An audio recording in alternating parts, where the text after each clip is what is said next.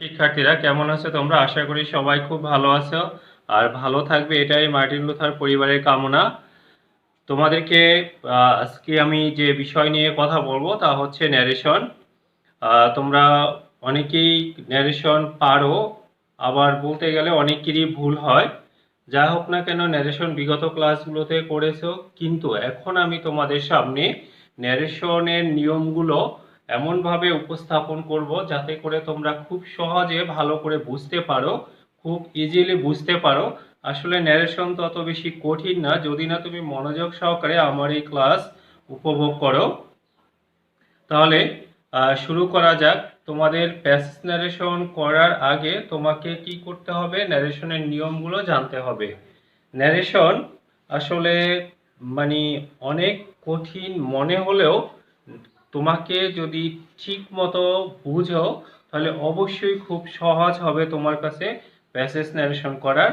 তাহলে আর কথা না বাড়িয়ে শুরু করা যাক, আমরা ন্যারেশনের নিয়ম শিখব। শুরুতে একটি উদাহরণ দিচ্ছি, খেয়াল করো সবাই।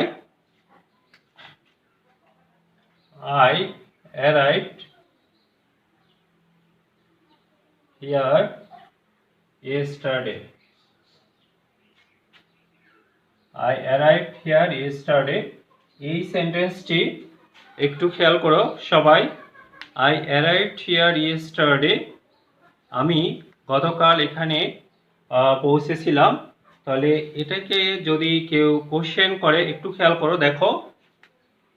What did he tell you? What did he tell you? সে তোমাকে কি বলেছিল? এটাকে আমি আরেকভাবে এই কোশ্চেনটার আনসার লিখতে পারি কিভাবে? I arrived here yesterday. আচ্ছা, আরেকভাবে কিভাবে আমি এটার আনসারটা বলতে পারি পরোক্ষভাবে? খেয়াল করো। He told me that he had arrived there the previous day. তাহলে এখন যে বিষয়টি নিয়ে একটু খেয়াল করো, যে বিষয়, কোশ্চেনটা কি? What did he tell you? সে তোমাকে কি বলেছিল? এর আনসারটা যদি সরাসরি মানে যদি সে তোমাকে কি বলেছিল বক্তা যদি সরাসরি বলে, তখন সে কি বলবে? I arrived here yesterday. আমি এখানে গতকাল এসেছিলাম। আর বক্তার কথাটা যদি অন্যভাবে বলা হয় তাহলে কি হবে? হি টোল্ড মি, সে আমাকে বলেছিল, that he had arrived here the previous day, সে এখানে গতকাল এসেছিল। তাহলে আমরা যদি লক্ষ্য করি এই সেন্টেন্সের মধ্যে, তাহলে এটা হচ্ছে বক্তার ডিরেক্ট কথা আর এটা হচ্ছে বক্তার ইনডাইরেক্ট কথা, ইনডাইরেক্ট স্পিচ বা ইনডাইরেক্ট ন্যারেশন। এখন খুব মনোযোগ সহকারে খেয়াল করো এই সেন্টেন্সটি। আমি যদি বলি,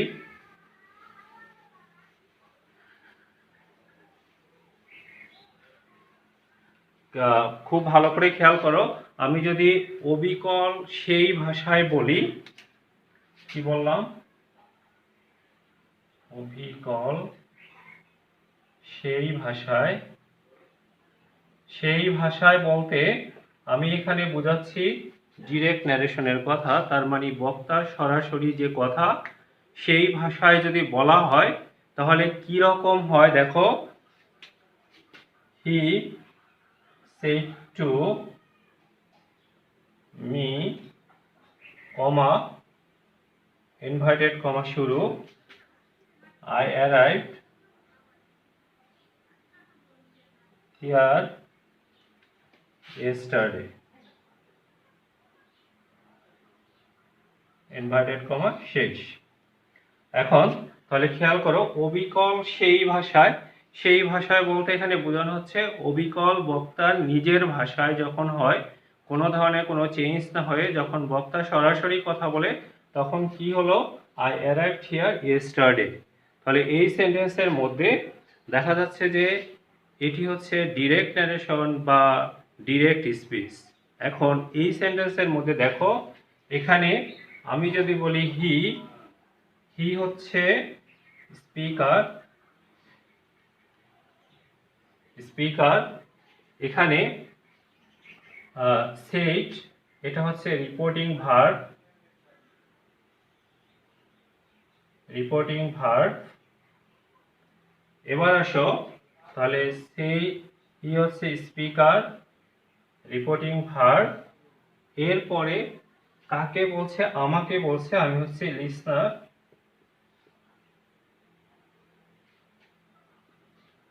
লিসনার। এরপরে ইনভার্টেড কমার মধ্যে যেটা আছে, that means I arrived here yesterday, এটা হচ্ছে পুরোটা হচ্ছে, দ্যাট মিন্স আই থেকে শুরু করে ইয়েস্টারডে পর্যন্ত হচ্ছে রিপোর্টেড স্পিচ, রিপোর্টেড স্পিচ। তাহলে তোমরা এখানে কি কি শিখলে? যে কথা বলে, দ্যাট মিন্স যার বক্তব্য ইনভার্টেড কমার মধ্যে থাকে সে হচ্ছে স্পিকার। এরপরে আসো, যাকে বলে সে হচ্ছে লিসনার। এবং ইনভার্টেড কমা এর বাহিরে যে ভার্ব থাকে এই ভার্বকে বলা হয় রিপোর্টিং ভার্ব। ইনভার্টেড কমা এর মধ্যে যতটুকু থাকে সেটাকে বলা হয় রিপোর্টেড স্পিচ। আশা করি তোমরা পুরো কথাটা বুঝতে পেরেছ। তাহলে কি, একটু খেয়াল করো কথাগুলো। যদি আমি বলতে চাই এই সেন্টেন্সের মধ্যে স্পিকার, স্পিকারকে হি, হি হচ্ছে স্পিকার। রিপোর্টিং ভার্ব কি? রিপোর্টিং ভার্ব কি? রিপোর্টিং ভার্ব হচ্ছে কি? সেইড। এবারে এখানে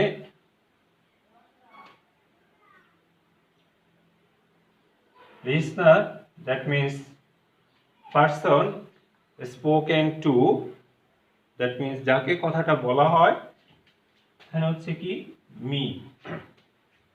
এরপরে আসো reported speech, reported, reported speech হচ্ছে কি? I arrived here yesterday.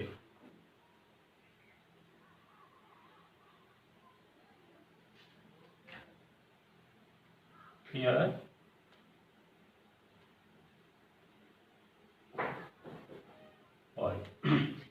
Yesterday.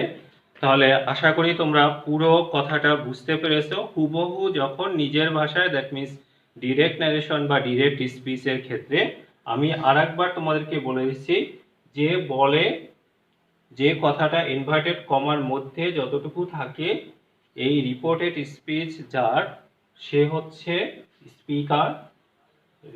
Inverted কমার বাহিরের শুধু যে ভার্ব থাকে সেটা হচ্ছে রিপোর্টিং ভার্ব। স্পিকার বা বক্তা যাকে কথা বলে, যাকে উদ্দেশ্য করে, সে হচ্ছে লিসনার। আর ইনভার্টেড কমার মধ্যে যতটুকু থাকে সেটা হচ্ছে রিপোর্টেড স্পিচ। আশা করি তোমরা এটা বুঝতে পেরেছো। তাহলে এটা হচ্ছে ডিরেক্ট ন্যারেশন। এখন খেয়াল করো, এটাকে আমি যদি অবিকল নিজের ভাষায় না বলে, অবিকল নিজের ভাষায় না বলে যদি আমি অন্যের ভাষায় বলি, কি? অন্যের ভাষায়। এখানে অবিকল সেই ভাষায় না হয়ে লিখবো কি? অন্যের ভাষায়, অন্যের ভাষায়। তাহলে দেখো, অন্যের ভাষায় যখন বলবো তখন এই সেন্টেন্সটা আসলে কি হবে? দেখো,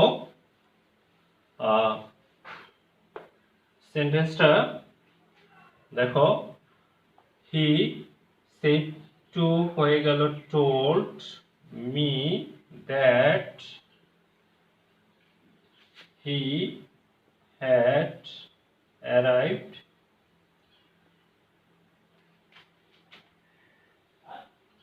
দেয়ার It arrived there the previous day. সবাই খুব মনোযোগ সহকারে বোঝার চেষ্টা করো। তাহলে এই সেন্টেন্সের মধ্যে দেখো, খেয়াল করো, এটা হচ্ছে ডিরেক্ট, তার মানে ডিরেক্ট ন্যারেশন, আর এটা হচ্ছে ইনডাইরেক্ট ন্যারেশন। এখন তাহলে বক্তা যখন হুবহু বললো তখন সেটা ডিরেক্ট, আর যখন বক্তার কথাকে চেঞ্জ করে বলা হলো সেটা হচ্ছে ইনডাইরেক্ট। তাহলে এখানে তুমি লক্ষ্য করো যে কি কি হলো। এই যে সেন্টেন্স দুটি যদি আমরা বলি তাহলে কি পরিবর্তন এখানে আসছে একটু খেয়াল করো। পরিবর্তনের ক্ষেত্রে এখানে পার্সনের পরিবর্তন হয়েছে। কিরকম পার্সনের পরিবর্তন হলো দেখো, এখানে আই হি হয়ে গেল, পার্সন পরিবর্তন হলো। তাহলে এক পরিবর্তনগুলো লক্ষ্য করি। পার্সনের পরিবর্তন কি হলো, আই, কি হলো, ই হলো। এবার আসো টেন্সের পরিবর্তন। আচ্ছা,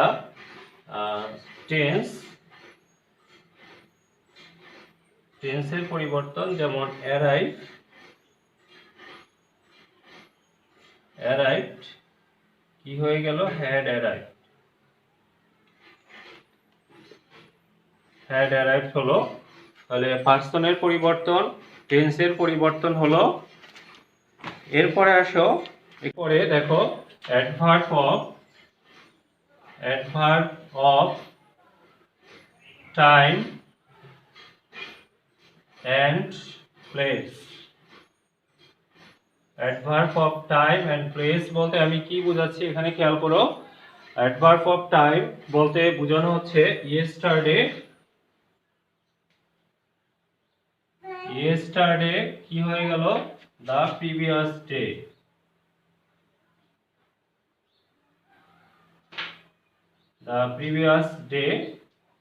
তাহলে ইয়েস্টারডে কি হলো, দ্য প্রিভিয়াস ডে। আর এখানে প্লেসের যে বিষয়টা দেখো, হিয়ার এটা হয়ে গেল দেয়ার, হিয়ার কি হলো, দেয়ার হলো। এরপরে আসো, আমি একটু তাহলে এখানে লিখি দেখো কি কি, এখানে পার্সন গেল, টেন্স গেল, adverb of time and place গেল, আর একটা হচ্ছে রিপোর্টিং ভার্ব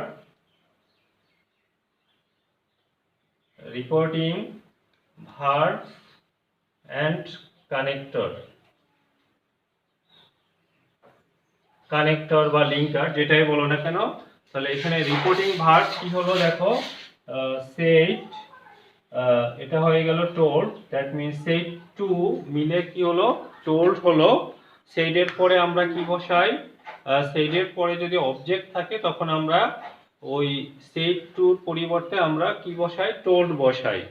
আর যদি সেইডের পরে অবজেক্ট না থাকে তখন আমরা সেইডই লিখে দেই। তবে সেড টু অনেক সময় সেড টুই রাখা যাবে। তাহলে এটা গেল রিপোর্টিং ভার্ব। আর কানেক্টর যেটা দেখো, এখানে কানেক্টর হিসাবে কি আসলো, সেন্টেন্সটি খেয়াল করো, দ্যাট। কানেক্টর কি আসলো, দ্যাট। তাহলে দেখা যাচ্ছে যে পরিবর্তন কিসের পরিবর্তন হয়, ডিরেক্ট থেকে ইনডাইরেক্ট করতে হলে পার্সনের পরিবর্তন হতে পারে, টেন্সের পরিবর্তন হতে পারে, অ্যাডভার্ব অফ টাইম অ্যান্ড প্লেসের পরিবর্তন হতে পারে, রিপোর্টিং ভার্বের পরিবর্তন হতে পারে, কানেক্টর আসতে পারে। এছাড়া খুঁটিনাটি সকল বিষয় আমরা কথা বলবো। সবাই খুব মনোযোগ সহকারে সব নিয়মগুলো ফলো করবে, তাহলে অবশ্যই তুমি প্যাসেজ ন্যারেশনে 5 এর মধ্যে 5 পাবে, that means you will get 5 out of 5। এখন তাহলে এই সেন্টেন্সটি যদি আমরা দেখি তাহলে এই বিষয়গুলো পরিবর্তন হয়ে ডিরেক্ট থেকে ইনডাইরেক্ট হয়েছে।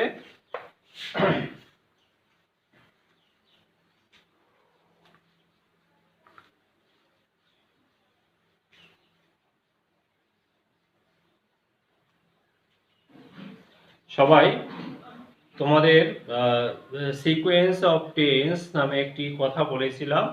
সিকোয়েন্স অফ টেন্স কি তোমাদের কি খেয়াল আছে? বা সিকোয়েন্স অফ টেন্স অ্যাকচুয়ালি টেন্সের পরস্পরয়। এটা কি আসলে? যখন আমরা দুটো ক্লজকে কোনো কানেক্টর দ্বারা যোগ করি, তখন পূর্ববর্তী ক্লজ যদি প্রেজেন্ট বা ফিউচার টেন্সের হয়, তাহলে পরবর্তী ক্লজ অর্থ অনুসারে যে কোনো টেন্সের হতে পারবে।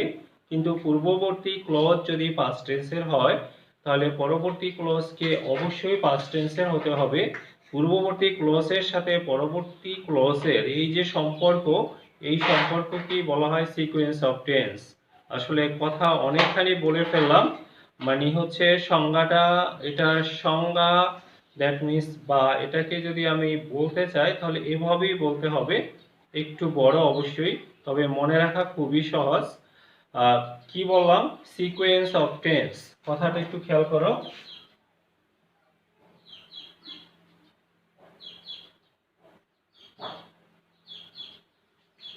Sequence of tense, sequence of tense কি?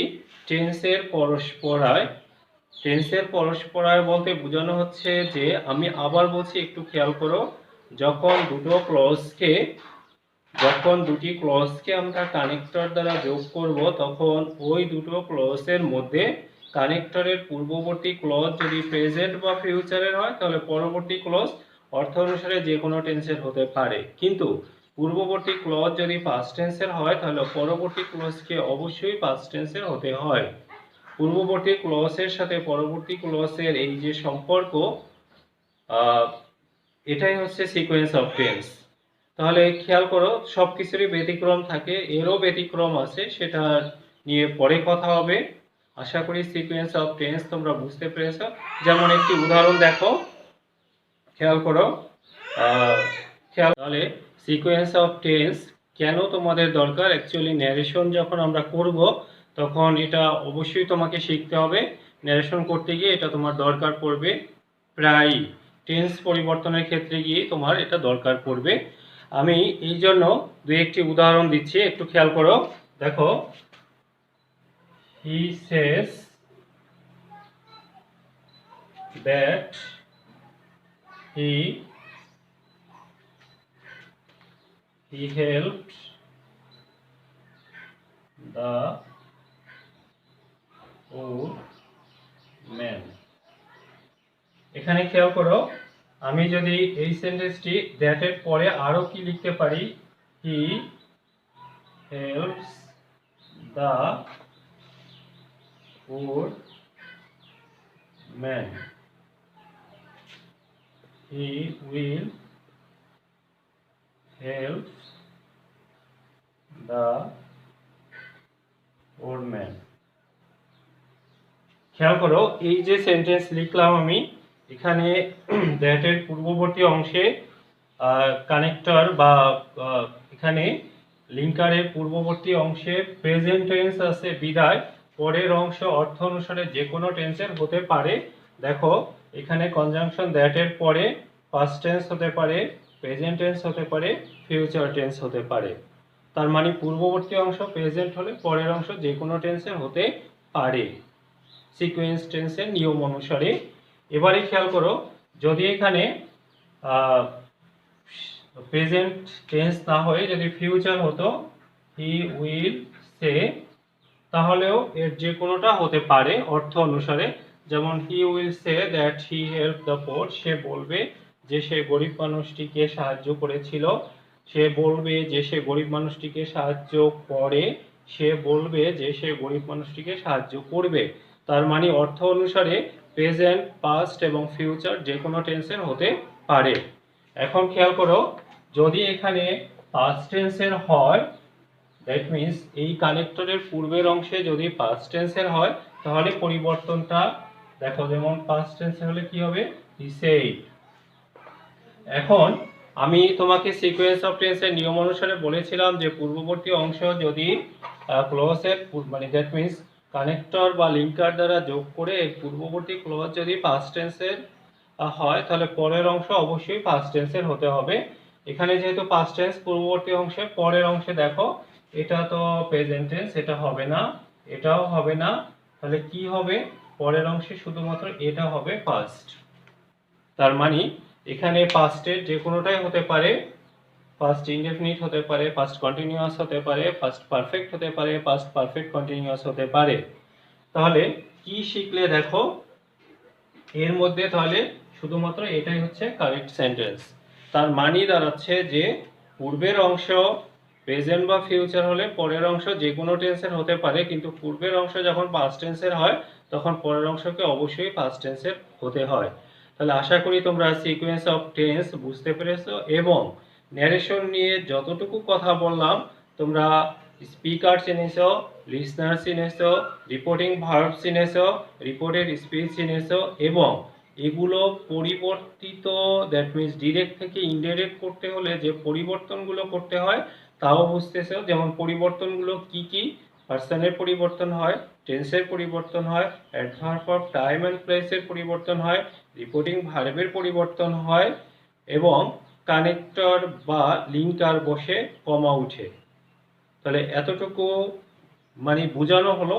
আশা করি এতটুকু বুঝতে পেরেছো। পরবর্তী ন্যারেশনের ক্লাসগুলো অবশ্যই খুব মনোযোগ সহকারে ফলো করবে। আশা করি ন্যারেশন খুব সহজই হবে, এবং আমরা যদি তারপরে প্যাসেজ ন্যারেশন প্র্যাকটিস করি তাহলে অবশ্যই আমরা ভালো করব। আজ এ পর্যন্ত, সবাই সুস্থ থাকো, ভালো থাকো, দেখা হবে আগামী ক্লাসে। আল্লাহ হাফেজ।